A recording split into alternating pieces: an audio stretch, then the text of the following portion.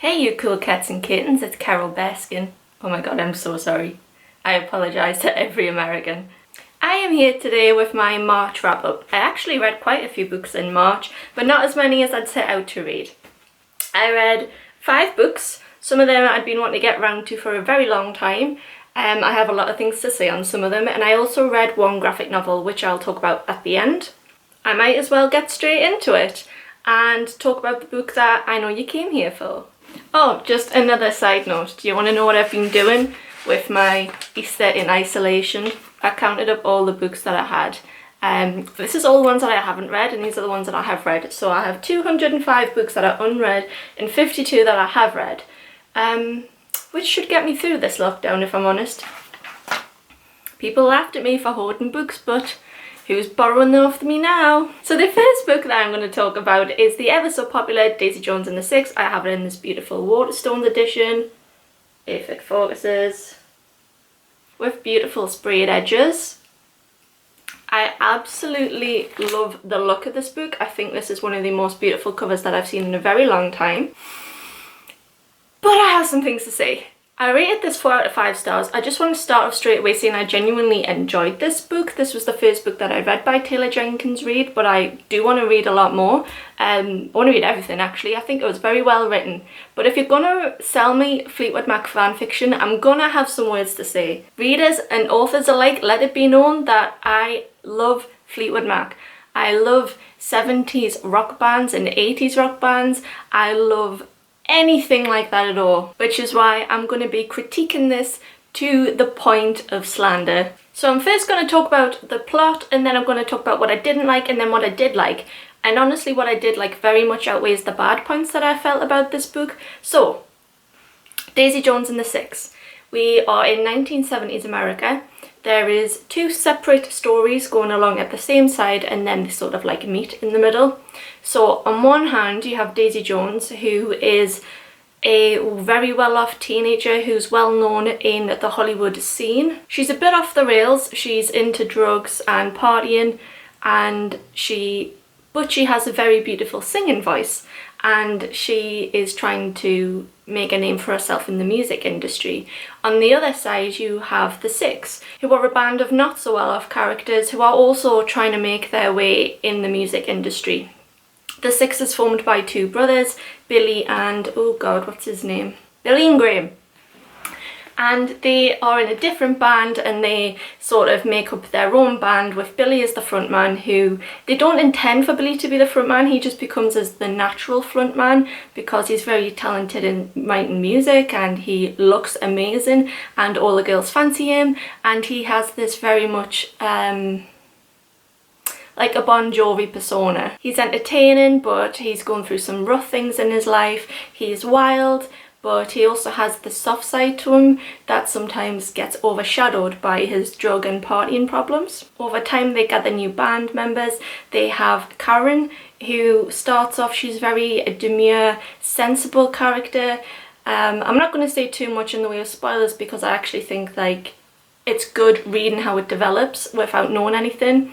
I love Karen. She plays, I think she's the keyboard player, and she's not like Daisy Jones. Daisy Jones is this fiery redhead who exudes difference and stands out as being a person that you would see on the street and be like, there's something about her, she's different, she's special. Karen is not so much like that. She does a lot for the band and she has a lot of talent, but she sort of is a bit beige, whereas Daisy Jones is a glittery rainbow. Then you have some other brothers who are in the band, but I can't even remember their names if I'm honest, and I feel like they're only there to add to some of the drama and the conflict within the band.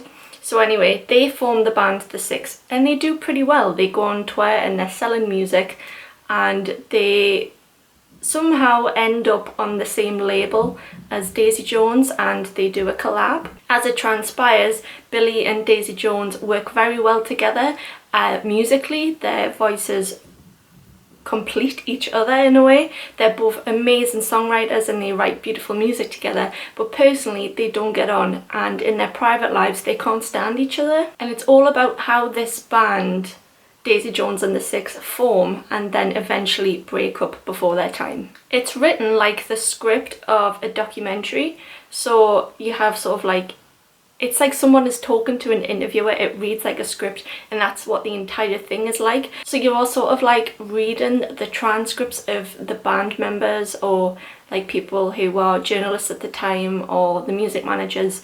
It's sort of like their take on the situation. So sometimes you get conflicting accounts of the same thing, which makes it seem very realistic, and I actually love that about it because some people are unreliable narrators, and I love that in a book. I think it's really clever. And it goes over the span of a couple of years, and you do find out at the end who the interviewer is, which I thought was a beautiful touch. It personifies everything about the 70s and rock music and being famous in that time, and how people go from nothing to being so blown up. And here's where I start to get a little bit negative Nancy on it.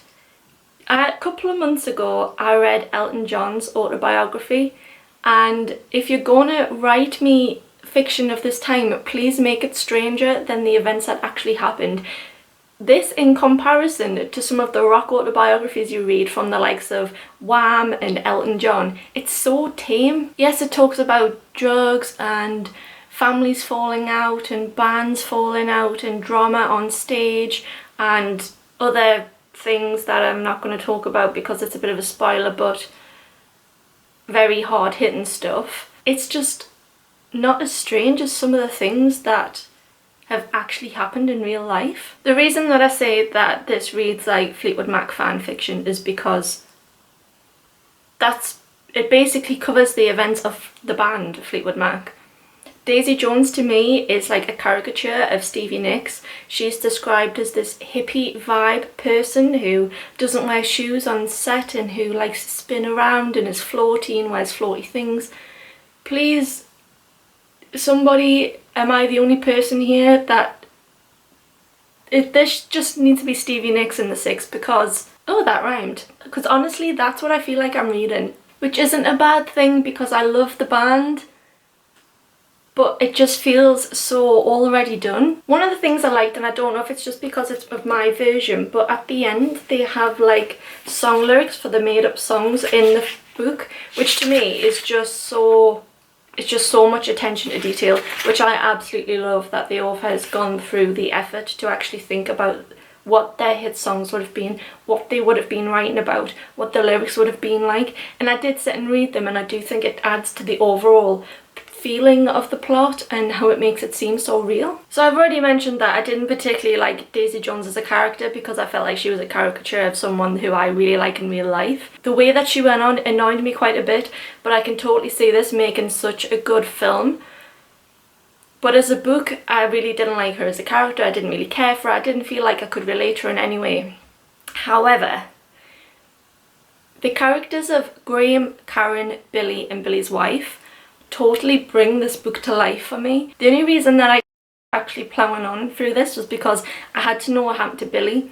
Billy struggles his whole life with keeping himself on the straight and narrow, and he has a wife who believes in him till the bitter end. His wife is very much on the straight and narrow. She doesn't believe in drugs and partying. She wants to be a stay-at-home mom and live a sensible life. She understands that her husband is a rock god, so she has to give and take, but she'll only allow him to get away with some things.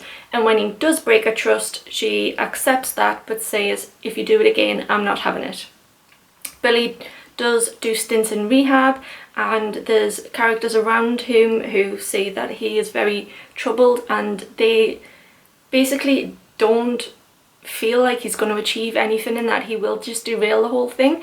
So that's why I kept reading it, because I wanted to know what the outcome of Billy's storyline was. There's also a romance throughout all of this, which is very one-sided. Actually, most of the romances in this I feel like very one-sided. It's not a romantic novel, which is great, but there's plenty of romance in it. There is one romance who, if you have read it, you'll know what I mean, where the guy is very much in love with the woman, but the woman is just using it as sort of like a friends is for benefits arrangement, and it very much ends in awful heartbreak. But the outcome of that relationship was so different to what I'd ever read in fiction, which made it feel fresh and I wanted to keep reading it. The bits that actually focused on Daisy Jones themselves, when I put the book down, I struggled to pick it back up because I just didn't really care for her storyline. It did put me in a little bit of a reading slump, which is actually why I didn't read as many books as I wanted to, which was odd that I've rated a book 4 out of 5 stars, which did put me in a reading slump, because I just felt like it was a drag. But for me, if I took away the Daisy Jones element of this was an absolutely fantastic book, and I loved reading about every other character in it. So now that I've totally dragged everybody's favourite book at the moment, I'm going to move on to the next one. The next book that I read is One of Us is Lying by Karen McManus. This is a young adult drama, sort of crime, where 5 students go into detention in a secondary school, and one of them ends up dying in the detention. The other 4 leave the classroom and become suspects in their murder. The 4 of them aren't friends, they're actually very much apart from each other. One of them is a misfit criminal, another one is a jockey, another one is like a political artsy nerd, and the 4th and final one is like a princess dolled up sort of teenager it girl. But because they are put in this situation together, they do become unlikely friends. At first they are suspicious of each other and they think that one of them could have done it, but because they are lumped in the same boat by the media and this becomes a media frenzy, they decide to help each other work out what had happened. The reason that I loved this was because I loved the characters. I very much enjoyed the romance element of this, and I thought it was very well written. If I was going to be one of these characters at school, I would definitely be Bronwyn, who is the nerdy goody girl. And I felt like I related a lot to her when I was a teenager. I loved Nate and his storyline, who is the misfit, and for such a short YA book as well, there's actually a lot of detail in this. It goes into a lot of information about their backgrounds and who their families are and their siblings and their parents and some of the problems that they have in their personal lives. And it feels like the crime element of this book was only there to bring these 4 people together as friends. And I love a book about friendship, so I really loved that part of it. I think I rated this 4 out of 5 stars or 3.5 stars on Goodreads as well, because it is a book about friendship. That's what I appreciated. However, the crime part of it, I saw this coming a mile off, an absolute mile off. Even my fiance, who doesn't read books, who's only read 3 books in his life, when I described the plot of this book to him, he said, "This is what's going to happen at the end," and he was right. It was so predictable. It is unreal. I have never read a book as more predictable as this one. But I will say, I got this on offer in Tesco's for £3.50. And was it worth £3.50? Hell yeah, it was. I wouldn't read the second one. The second one isn't about the same 4 characters, and I feel like I only read it because I really liked them 4. So I'm not going to continue on with the series. I'm going to leave it as it is, but I did enjoy it for what it was. Book number 3, A Curse So Dark and Lonely. Another very popular YA fantasy book. This is a storytale retelling of Beauty and the Beast, and I felt like this was the best Beauty and the Beast retelling that I've actually ever read. I don't tend to like Beauty and the Beast. I am a Disney fangirl. I will fight for Disney, but Beauty and the Beast was probably one of my least favourites, down there with Bambi. So I've just naturally never been interested in reading the Beauty and the Beast retelling. I did get this as a gift off my friend Rebecca, which I'm very thankful for. And I was fully prepared to rate this 5 out of 5 stars, which for me is quite rare. My camera overheated and I don't know where I was up to. Oh yes, so I was fully prepared to rate this 5 out of 5 stars, which for me is very rare, until I got right to the end and it turned into a massive cheese fest. So cheesy. You probably already know the plot of this, but I'm going to tell you anyway. Harper lives in Washington DC, and she lives a very poor life. Her whole family is wrapped up in a criminal organisation because her dad turned to the life of crime to fund medication to save her mother, who's dying of cancer. Although the dad has done a runner, so now her and her brother Jake do jobs for the criminals to pay them back. She's on a job with her brother when this man appears out of nowhere and tries to take this girl against her own wishes. So Harper jumps in and tries to save the girl and ends up being transported with this mysterious man into a fantasy realm. It's never really explained whether this world is like in our universe or in a different time or whatever. I guess it doesn't really matter. She ends up in this castle. She meets Prince Ren, who is the Beast character, and they start their journey from there. So Prince Ren, who is Beast, he has been cursed by a witch who is part of a clan of witches or mages, however they're described. And Ren's grandfather decided he wanted to kill off all magic. So she is the last surviving mage, and she puts a curse on him out of revenge. His curse is that he will relive his 18th year of life over and over again until he finds true love. So he's been doing this for about 400 years, and his time does pass in his town, but not as quick as what it does in the castle. So even though he's lived like 400 years, his empire has only lived about 5 years, but his empire has fallen into ruin because he's not focusing on their welfare. He has also killed all his family, so he's left alone with this mysterious guy who turns out to be his right-hand man, who is the only loyal guard left to him. So Harper comes along on the scene. She decides that she's not impressed by the castle or him or enamoured by him in any way and wants to escape. And she apparently is the first person of 400 women to do this because, you know, women are so vain. And the allure of wealth in a castle totally overshadows the fact that, you know, they've been kidnapped. She heads off into the kingdom and sees all the poverty and inequality and decides that she wants to help. And so starts her journey of falling in love with the prince.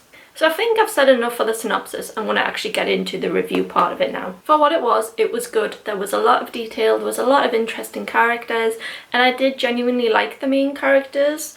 Not as much as I liked other YA fantasies. I feel like other YA fantasies have introduced more unique characters. These felt a little bit tropey. I did enjoy it for what it was, and I thought it was a fun read. Where my problem came at the end, where I thought it was so cheesy, is when you start overlapping her life with DC in modern times and their kingdom, when characters start to cross over in between.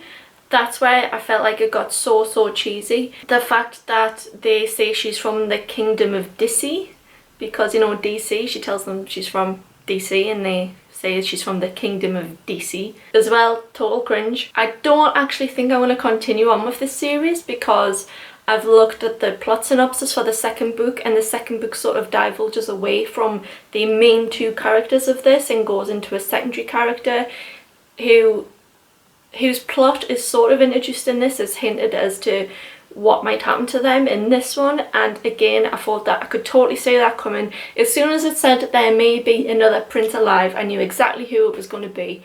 I'm sick to death of the same tropes in YA. Please give me a book that isn't so predictable, please. Thanks. I'm getting a little bit fed up now. Just give me something different, please. So for that reason, I'm probably not going to continue on with the series. However, I did think it was fun. I would recommend it. And it made up a card game, which I really want to try and play, which I really appreciated. Okay, so moving on.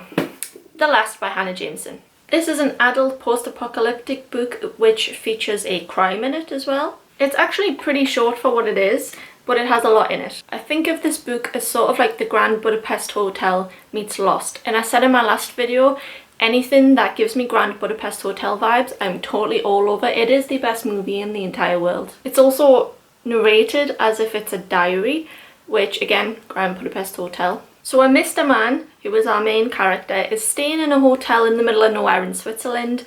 A nuclear war breaks out and cities in America have been nuked, and Scotland for some random reason. And somehow this causes all-out chaos in the middle of nowhere in Switzerland. He's a historian and he's there for a conference, and all of his friends decide that they're going to try and make it to the airport on foot.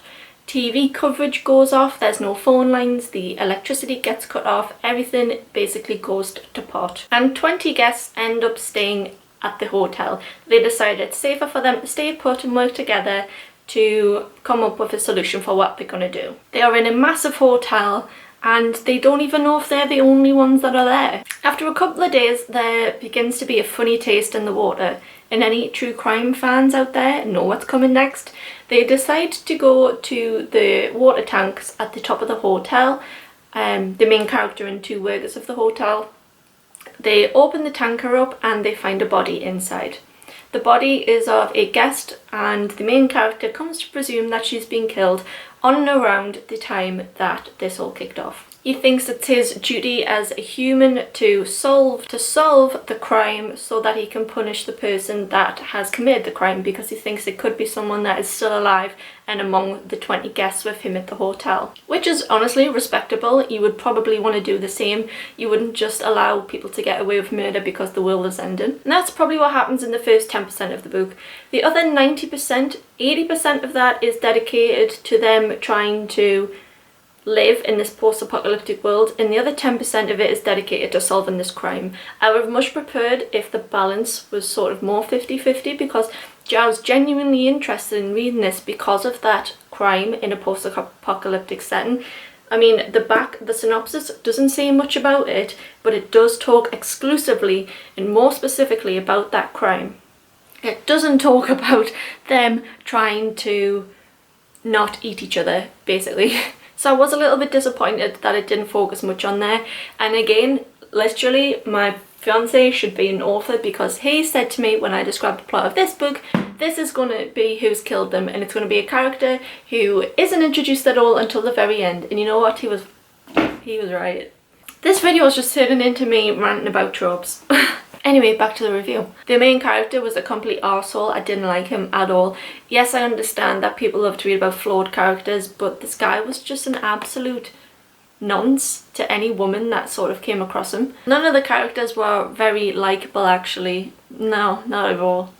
And I just couldn't get my head around how everything had fallen apart so quickly. It was never actually confirmed at any point in this book whether Switzerland was affected by nuclear war. And I don't know if you know anything about Switzerland history, but if there's going to be a nuclear war, chances are they're not going to be involved at all. They will just continue to go about their lives as normal. So why, from day one, when they were like, Washington has been nuked, would people in Switzerland completely shut down and turn into a lawless, Fallout New Vegas style way of living? I don't get it. As a post-apocalyptic book, wasn't up there with one of my favourites at all. I rated this 3 out of 5 stars on Goodreads. I stand by that rating. I'm probably not going to keep this book. A little bit disappointed because the premise was so good. And the last book that I read was one that I borrowed off my aunt, The Suspect by Fiona Barton. I'd never heard of this book or this author. To me, it just seemed like a generic crime novel. And you know, sometimes that's just what you need to get you going. It's pretty long, actually, and it was about a topic that I'd never read before, so I was quite interested to read a crime novel take on this. 2 teenage girls go backpacking and they go to Bangkok.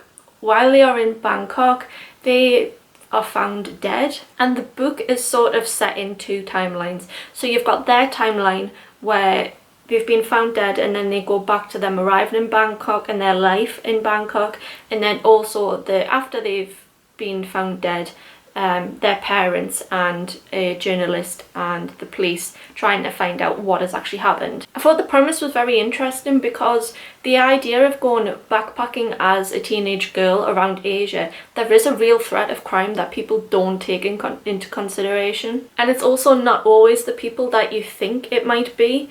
Like, I wouldn't expect to go to Bangkok and necessarily be found dead at the hands of a Thai person. A lot of shady characters all across the world decide to leave their past behind and go to places like this and think they're flying under the radar. So there's a whole host of European and American characters that are in this, that are in Bangkok. One of them has done it, and you've got to figure out who it was. And it also goes into the friendship of the 2 girls and how they may not appear like the best friends on tour that they seem to be. One of them gets to Bangkok and feels like she has so much freedom to do whatever the hell she wants to do and goes a bit off the rails, whereas the other one wants to have a cultural experience and continue with the plan as it was. And I ended up feeling a little bit sorry for the girl that was putting her plans on hold because the other one just went off the rails. I felt like this was definitely a crime novel geared towards those that are in their 20s, whereas a lot of crime novels are surrounding, you know, adult themes and children going missing and stuff. People in their 20s might not relate to the crime worries that people much older than us have.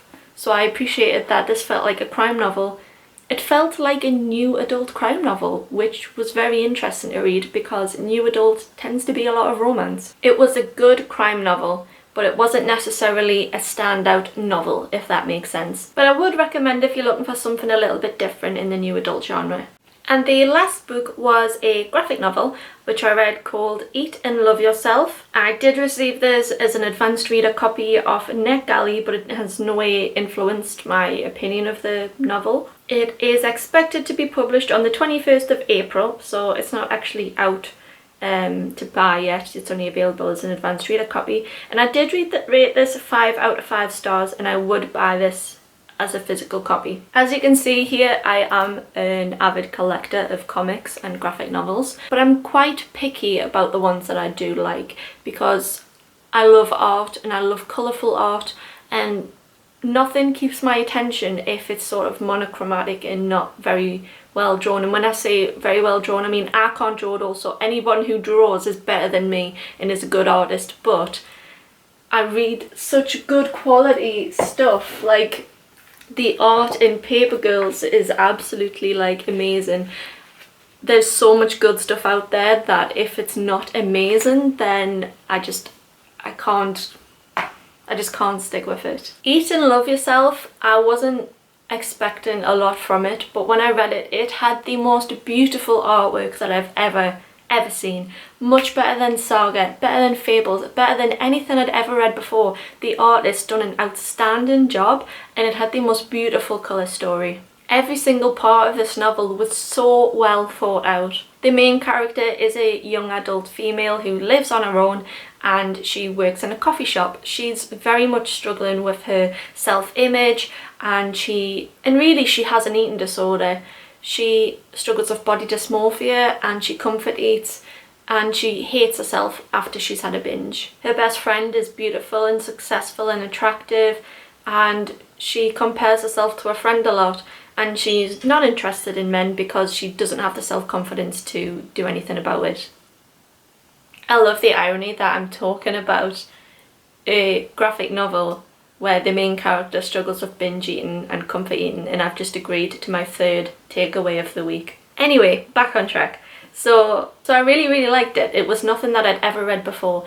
I think a graphic novel is a great format for a story about body dysmorphia and eating problems. It delves a little bit into the root of her, or the possible root of her eating problems as well. I really enjoyed it. It was 160 pages and it took me about 2 hours to read, but I do think that if I bought this as a physical copy, I would feel like I'm getting my money's worth. Graphic novels can be really expensive, and sometimes I feel like you're not getting a lot of story for what you've paid, but this one, totally worth it. And I really hope that this is a series, although it does feel like a little bit of a standalone, which I liked because it wrapped everything up really nicely and gave it a good conclusion. So that's what I read in March. I feel like I'm not going to get a lot of reading done this month, if I'm honest, because I'm still working from home and that's taken up a lot of my time, but I'm really trying to get through as many books that I want to get through that I wouldn't have picked up at any other time. Like, I have no excuse to not sit down and read War and Peace, which I have started. I'm 100 pages into it and I'm surprisingly enjoying it. So anyway, thank you for watching. I will see you in the next video. Please, if you haven't already, make sure you subscribe so you don't miss any of my future uploads. And it would really help the channel if you give this a thumb up as well. Let me know what you read in the month of March or what your favourite read was in the comments below, and I'll get back to you. Oh, and also I just wanted to know before I go that in my reading vlog I did mention that I might set up a group. I put an Instagram poll out saying if I made a group for writers and booktubers, what platform do you think you would prefer? Goodreads did win, so I did make a Goodreads group. There's quite a lot of members in it already, and I would love to get some topic suggestions as well, because I've just put a couple up to get started with. I wasn't really sure what everyone would want to talk with or have help with in terms of their booktube channels or the writing that they're currently doing. I'll leave a link to the group in the comments as well in a pinned post, so if you do want to join it, please feel free. I'm trying to get as many people on there as possible to just to talk and be social with one another during this time where it's really hard to get to speak to other people. So I'm going to try and get up now, which I don't think I'm going to be able to, because this is life in your late 20s. Thank you for watching, and I'll see you in the next video. Bye! Also, let me know in the comments if you think Carol Baskin killed her husband.